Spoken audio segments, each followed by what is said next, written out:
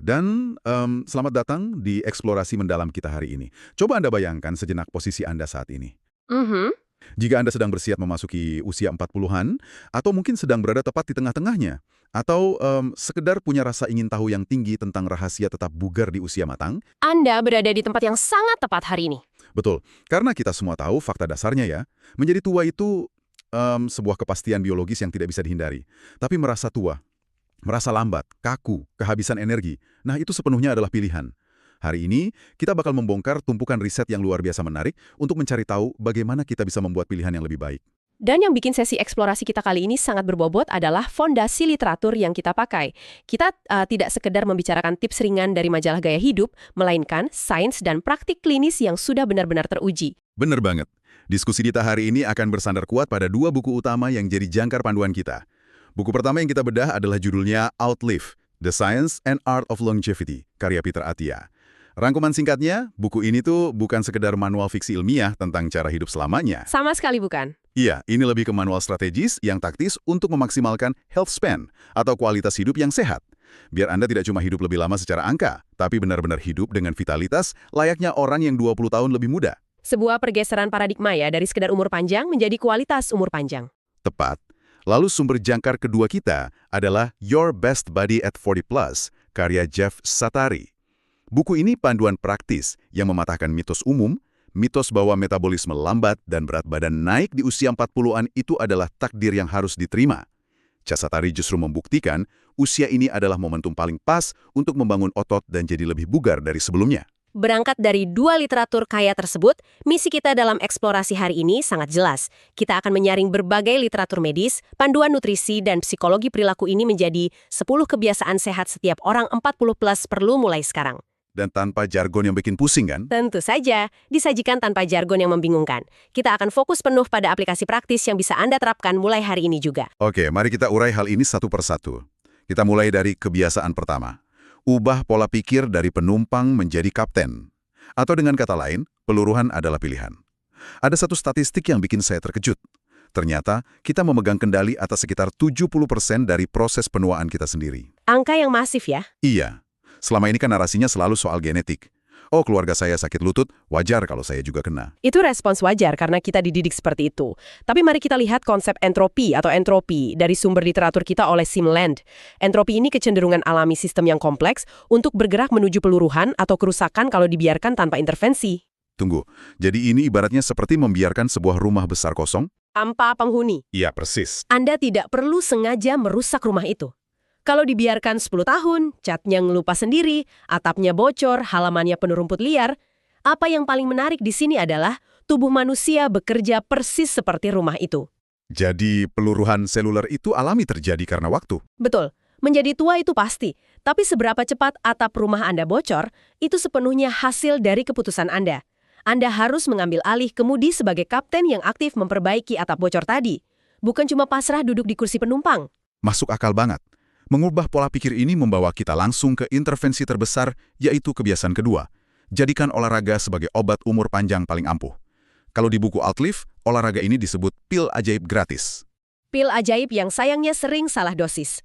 Untuk melawan entropi tadi, Anda harus mengirim sinyal tumbuh ke tubuh dengan bergerak 6 kali seminggu. 6 kali? Wah, lumayan intens ya? Pembagiannya begini. 4 hari kardio fondasi aerobik atau sering disebut zona 2 dan 2 hari latihan kekuatan. Nah, mari perjelas soal zona 2 ini. Orang sering mikir kardio itu harus sampai ngos-ngosan dan keringat bercucuran. Itu justru kesalahan umum yang bikin cedera di usia 40-an. Zona 2 itu intensitas sedang. Aturan paling gampang pakai tes bicara. Saat Anda di zona 2, Anda masih bisa ngobrol santai dengan teman di sebelah Anda, tapi Anda tidak bakal bisa bernyanyi. Bisa ngobrol tapi tidak bisa nyanyi. Gampang diingat.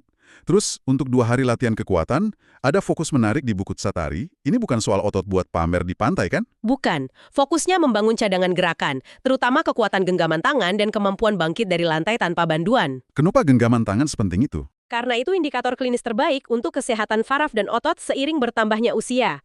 Kalau genggaman lemah, Anda akan kesulitan melakukan aktivitas harian atau menahan tubuh saat mau jatuh.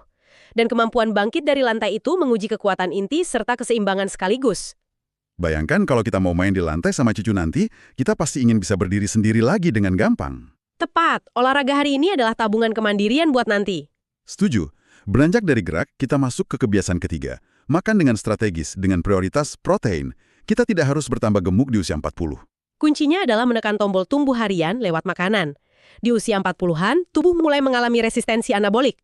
Resistensi anabolik, bisa dijelaskan pakai bahasa awam? Bayangkan otot Anda itu pabrik, dan protein adalah manajernya. Di usia 20-an, manajer ini cukup berbisik, pekerja langsung bangun otot. Di usia 40-an, pekerjanya mulai kurang pendengaran. Kalau manajer cuma berbisik, tidak ada otot yang dibangun. Berarti manajernya harus teriak. Gimana caranya bikin sinyal protein ini lebih keras? Dengan target 25-30 gram protein di setiap waktu makan. Bukan cuma total harian, tapi per sesi makan. Ini penting untuk melawan hilangnya massa otot secara alami. Kalau kurang dari itu, tubuh akan membongkar jaringan ototnya sendiri. Wah, ini alasan kenapa sarapan cuma roti tawar bikin metabolisme melambat ya. Nah, ngomongin jam makan, kita masuk ke kebiasaan keempat yang kayaknya bakal menyentil banyak orang. Hentikan kebiasaan makan larut malam. Dulu pas umur 20-an, makan mie instan jam 11 malam tuh aman-aman aja. Ya, besok paginya perut tetap rata. Bener. Tapi sekarang, makan camilan malam sedikit aja, rasanya langsung numpuk di perut. Kenapa bisa beda gitu? Karena di usia 40-an, buffer atau toleransi tubuh kita menipis drastis. Sinyal sirkadian internal kita juga melemah. Organ seperti pankreas dan hati beroperasi mengikuti jam sirkadian ini. Jadi mereka bersiap tidur juga di malam hari. Persis. Malam hari itu waktunya mode perbaikan, bukan mode pencernaan. Makan larut malam bukan sekedar kebiasaan buruk lagi. Ini akselerator menuju sindrom metabolik, seperti obesitas perut dan gula darah tinggi. Oke, catat. Tutup dapur setelah jam 8 malam. Berarti malam hari khusus untuk istirahat. Yang membawa kita ke kebiasaan kelima, lindungi otak dengan restorasi dan tidur. Gimana soal kebiasaan balas dendam kurang tidur di akhir pekan? Secara sains, itu tidak berfungsi. Kurang tidur kronis meningkatkan kerusakan oksidatif di otak dan menurunkan fungsi mitokondria. Kerusakan oksidatif itu semacam otak kita berkarat. Analogi yang pas, saat kita kurang tidur, sistem pembuangan sampah di otak tidak bekerja maksimal. Sampah dan racun tertinggal. Solusinya, terapkan rutinitas wind down atau pendinginan 1 jam sebelum tidur. Matikan layar, redupkan lampu ya. Betul, dan tetapkan waktu bangun dan tidur yang konsisten setiap hari, bahkan di hari libur. Sip, kita sudah bicara soal tidur dan nutrisi. Tapi ada kebiasaan keenam yang sering terlewat. Jadikan koneksi sosial sebagai kebutuhan biologis. Saya pernah baca bahwa merasa kesepian itu berdampak nyata ke fisik.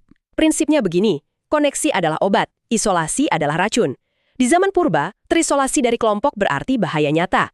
Otak masih merespon kesepian dengan sinyal bahaya, memicu hormon stres dan peradangan. Wow, jadi kesepian bisa memicu radang di tubuh. Iya, keterlibatan sosial itu sama pentingnya dengan nutrisi. Mengisi ember emosional lewat waktu berkualitas bareng keluarga atau teman, itu bisa menambal kebocoran kesehatan seiring bertambahnya usia. Itu indah banget dan menenangkan. Yang mana koneksi ini bisa bantu kita di kebiasaan ketujuh, manajemen stres aktif. Di dunia modern yang serba cepat ini, stres itu susah dihindari. Sangat susah. Dari sumber literatur kita, disarankan untuk melakukan taktik penurun stres aktif untuk menyalakan mode relaksasi sistem saraf kita. Bekerja secara bertahap untuk meditasi 10 hingga 20 menit, 2 kali sehari. Atau ada tips yang lebih santai nih dari catatan kita. Mandi dengan garam Epsom, 3 kali seminggu, berendam sekitar 20 menit. Itu bonus poin relaksasi yang luar biasa, karena magnesium di garam Epsom membantu merilekskan otot secara fisik sekaligus menenangkan pikiran. Enak banget kayaknya. Nah, dari dalam tubuh kita beralih keluar. Kebiasaan ke-8, perlindungan kulit cerdas. Karena awet muda bukan cuma soal internal kan? Perlindungan eksternal sangat penting. Gunakan minimal SPF 15 atau 30 setiap hari. Tapi ada perbedaan penting antara dua jenis bahan tabir surya. Ya, antara chemical absorber sama physical blocker kan? Betul. Chemical absorber itu menyerap radiasi dan mengubahnya jadi panas, yang kadang memicu iritasi. Sementara physical blocker seperti titanium dioksida dan zinc oksida bekerja seperti cermin. Jadi dia memantulkan sinar langsung dari permukaan kulit. Tepat. Dan ini dianggap sebagai pilihan paling aman dan paling ramah kulit, apalagi buat pemakaian jangka panjang. Oke, ganti sunscreen ke physical blocker. Nah, masuk ke kebiasaan ke-9. Kita sudah tahu semua ilmunya, tapi konsistennya susah. Makanya, kita perlu adopsi identitas orang sehat dengan aturan 2 menit. Ini mengambil konsep dari buku Atomic Habits. Motivasi itu kan naik turun. Anda harus selalu bertanya pada diri sendiri setiap mau buat keputusan kecil, apa yang akan dilakukan oleh orang sehat. Orang sehat, pilih naik tangga, bukan lift. Benar. Lalu gunakan aturan 2 menit untuk mengurangi friction atau hambatan. Jangan targetkan olahraga 1 jam. Targetkan pakai sepatu lari dan keluar rumah selama 2 menit. Seringnya kalau sudah di luar ya tanggung, kita lari beneran. Momentum yang akan bekerja untuk Anda. Luar biasa. Dan sampailah kita di kebiasaan ke-10. Lakukan perawatan pencegahan secara proaktif. Ada analogi bagus di riset kita, jangan rawat tubuh Anda lebih buruk dari mobil Anda. Kalau lampu indikator oli mobil menyala, Anda pasti langsung ke bengkel kan? Pasti, tapi kalau badan pegal terus atau pencernaan kacau, kita malah cuek. Nah, deteksi dini adalah kunci program anti penuaan. Rata-rata dokter cuma punya waktu 3 menit bersama pasien, jadi Anda harus proaktif memantau kesehatan sendiri. Anggap tubuh ini mesin canggih yang butuh evaluasi berkala. Jika kita hubungkan ke-10 kebiasaan ini ke gambaran besar, Semuanya tidak akan berfungsi optimal kalau tidak dikerjakan bersamaan. Semuanya saling menopang. betul sekali. Nah, teori tanpa praktek itu sia-sia. Kami ingin menantang Anda untuk mengambil tindakan nyata. Kami menetapkan tantangan 30 hari, fondasi kekuatan, berdasarkan pedoman buku Outlive. Sangat sederhana. Apa saja itu? Lakukan bodyweight squat atau jongkok tanpa beban dan push-up. Kalau berat, push-up bisa dimodifikasi bersandar di dinding. Lakukan 3 kali seminggu selama 30 hari ke depan. Fokusnya bukan untuk angkat beban berat ya, tapi membangun konsistensi. Ini langkah pertama menuju kemandirian fisik di masa tua Anda. Dan sebagai penutup, saya ingin meninggalkan satu pemikiran provokatif untuk Anda renungkan. Konsep centenarian decathlon atau dasar lomba seabad. Coba bayangkan diri Anda di usia 80 tahun, Apa yang ingin Anda mampu lakukan? Berjalan mandiri, mengangkat koper 15 kilo ke kabin pesawat, atau sekedar bermain dengan cucu di lantai lalu bangkit berdiri dengan mudah? keputusan dan latihan untuk bisa melakukan hal-hal sederhana itu di usia 80 tahun harus dimulai sekarang juga, saat Anda berada di usia 40-an. Menggugah sekali. Nah, terima kasih sudah ikut membedah informasi ini bersama-sama. Jika Anda merasa eksplorasi mendalam ini bermanfaat untuk kehidupan dan kesehatan Anda, jangan lupa untuk menekan tombol like. Dan share ke teman atau keluarga yang mungkin juga membutuhkannya. Pastinya. Dan pastikan Anda menekan tombol subscribe di channel Mozaik Literasi ini agar tidak ketinggalan wawasan luar biasa lainnya. Sampai jumpa dan tetap sehat.